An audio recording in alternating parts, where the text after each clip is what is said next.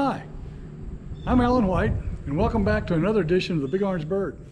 This morning, I'm going to go over to a foreign land, West Virginia, and land at a little grass strip over there, Hinton Alderson, Whiskey Victor 77, and they're having a little fly-in this morning. So I'm going to go over there and intermingle with some of the good folks in West Virginia. There is a potential issue in that there's a lot of places are reporting ground fog this morning, and Hinton Alderson is right on the Greenbrier River. It's a beautiful little strip. They got some glamping facilities there where they have really nice tents set up with beds and things like that you can rent and stay there. So I may not be able to get in. If not, I do have a plan B in place, and so we'll do that instead.